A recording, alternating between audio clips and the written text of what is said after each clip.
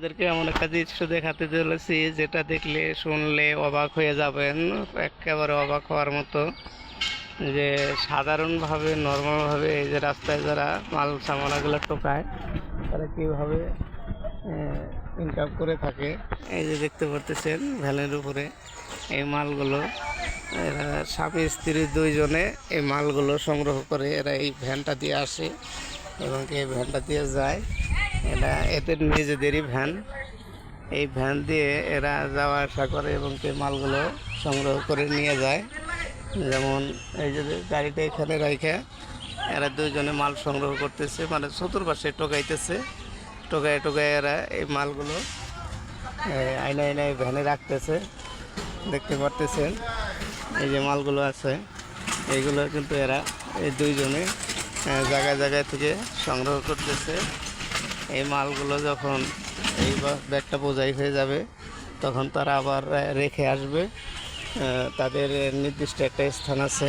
এরা কিন্তু সঙ্গে সঙ্গে যে বিক্রি করে দেওয়া, যে এখানে এই যেগুলো সংগ্রহ করলো এগুলো এখানেই বিক্রি করে দিল, এটা এরা তা করে না। এরা জমা করে তারপরে এগুলো আবার বাছাই করে যেটা যে দামে বিক্রি করা প্রয়োজন সেই দামে এরা এটাকে বিক্রি করে। এভাবে এরা দিনে সর্বনিম্ন এদের ইনকাম হচ্ছে 1500 টাকা। দুইজনের সর্বনিম্ন ইনকাম হচ্ছে 1500 টাকা। এরা দিনে 2000, 3000, 4000 এমন আছে, 5-6 হাজার পর্যন্ত এদের একদিনের ইনকাম হয়। মানে এরা দুইজনে যে কাজগুলো করে এদের একদিনের ইনকাম হচ্ছে সর্বনিম্ন 1500, ওদের 5-6 হাজার 7 হাজার টাকা যেদিন যাতে যেরকম পায় এগুলো নিয়ে যাবে। এগুলো আবার বাছাই করবে, আলাদা করে রাখবে। এগুলা যখন দেখা যাইতেছে যে অনেক হবে, তারপরে এরা আর কি গাড়িতে দিয়ে যায়, যেরকম বিক্রি করার মতো হয় সেই রকম অবস্থায় এরা এগুলোকে বিক্রি করে।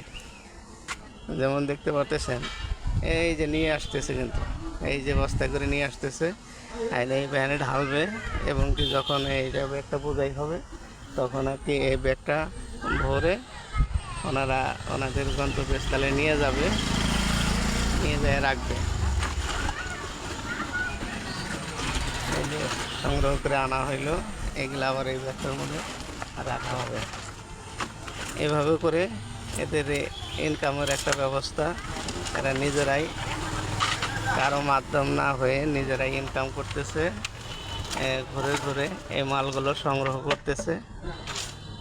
তাতে করে আশা করি ওনাদের জীবনযাপন ভালোই একটা ব্যবস্থা। ওনারা কাজকে তুচ্ছ মনে করলেই সমস্যা, তুচ্ছ না মনে করলেই কোনো সমস্যা নেই ইনশাআল্লাহ।